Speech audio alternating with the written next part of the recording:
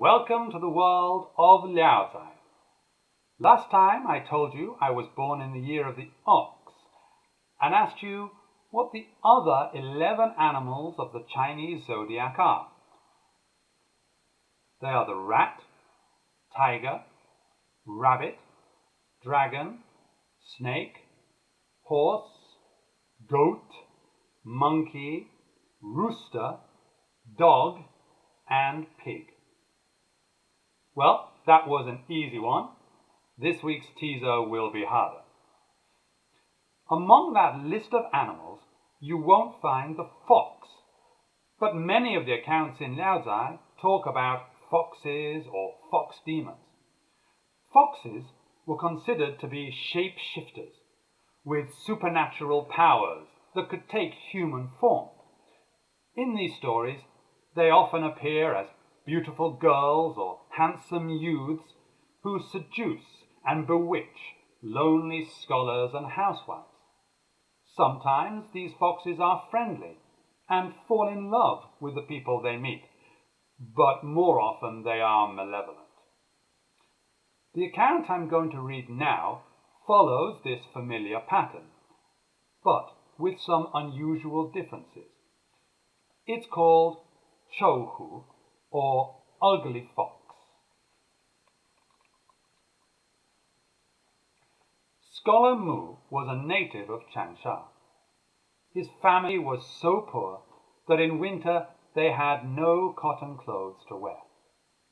One night, as he was sitting idly, a woman came in, dressed in dazzling clothes, but with dark, ugly facial features. Laughing, she said, "Don't you feel cold?" Startled, the scholar asked who she was, and she replied, "I'm a fox fairy. Seeing you bored and lonely, I've just come to warm your cold bed with you." Terrified because she was a fox, and disgusted by her ugliness, the scholar began to yell. The woman placed a gold bar on the table and said, "If we can keep each other company, you can take this as a gift." Delighted, the scholar agreed. As his bed had no mattress, the woman used her gown as bedding instead. Towards dawn, she rose and exhorted him, "With this gift, you can hurry and buy some soft silk to make bedding. The remainder will be enough for cotton clothes and food. Should we have a permanent arrangement, you need never worry about being poor." Then she left. The scholar told his wife, and she was also pleased, at once buying some silk and beginning to sew. That night, when the woman came and saw a new set of bedding, she said happily, "Your wife is really diligent." She left some gold as a reward. From then on, there was no night she didn't come, and every time she was sure to leave something. After a year or so, the house and buildings were spotlessly decorated, and the scholar splendidly dressed. He had become a man of wealth.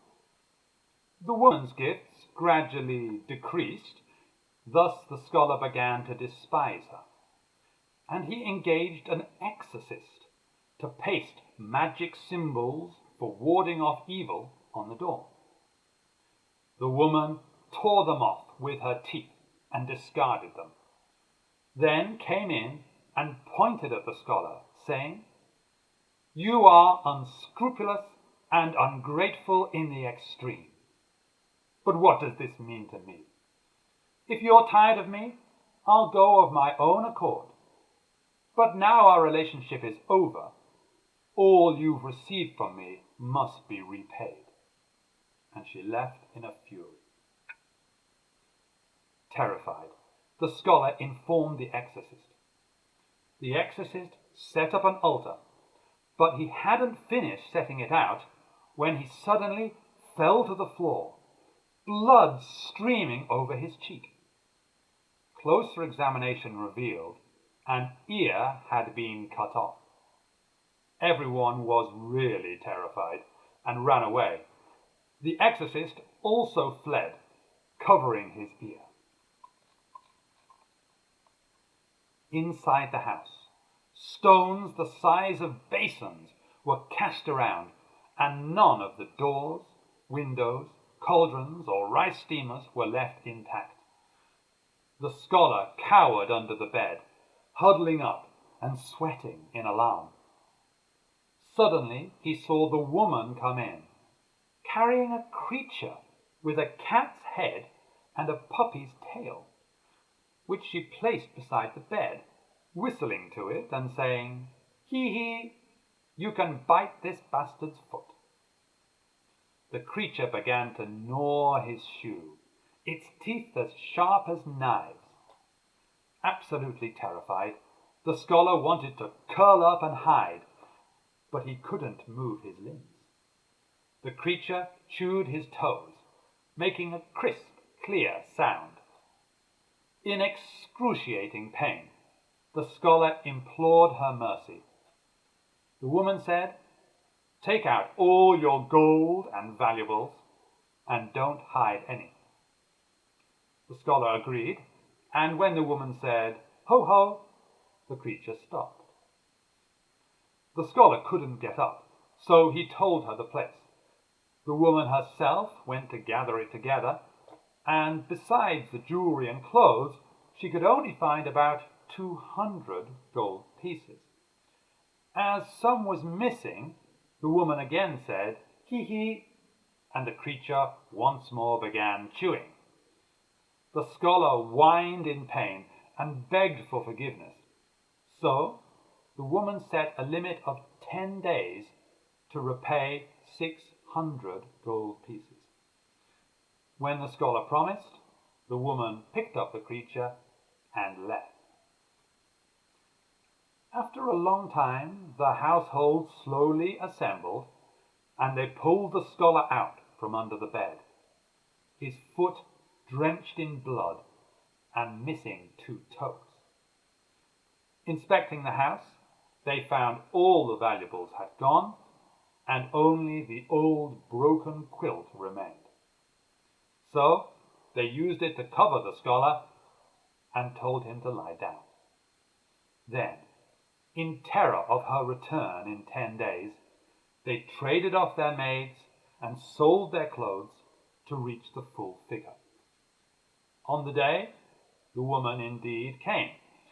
They immediately paid her, and she left without a word, never to return. It's really unusual that this fox is ugly, not beautiful, and uses gold instead of looks to seduce the scholar. And I'm fascinated by the strange creature that bites off the scholar's toes. At the end of this piece, Pusongling comments, "We can see that those seduced by gold, where there is profit to be had, will risk death and humiliation. How sad for the avaricious that finally they receive nothing but injury and defeat."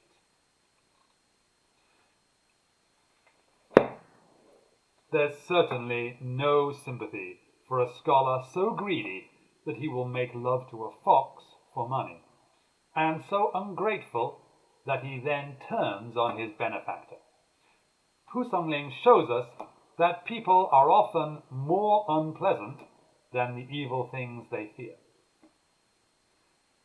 That's all for now, but before I go, today's question is, which legendary Chinese ruler, according to myth, got married with the help of a 9-tailed fox?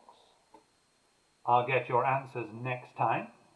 Until then, take care and be on your guard against charming fox spirits.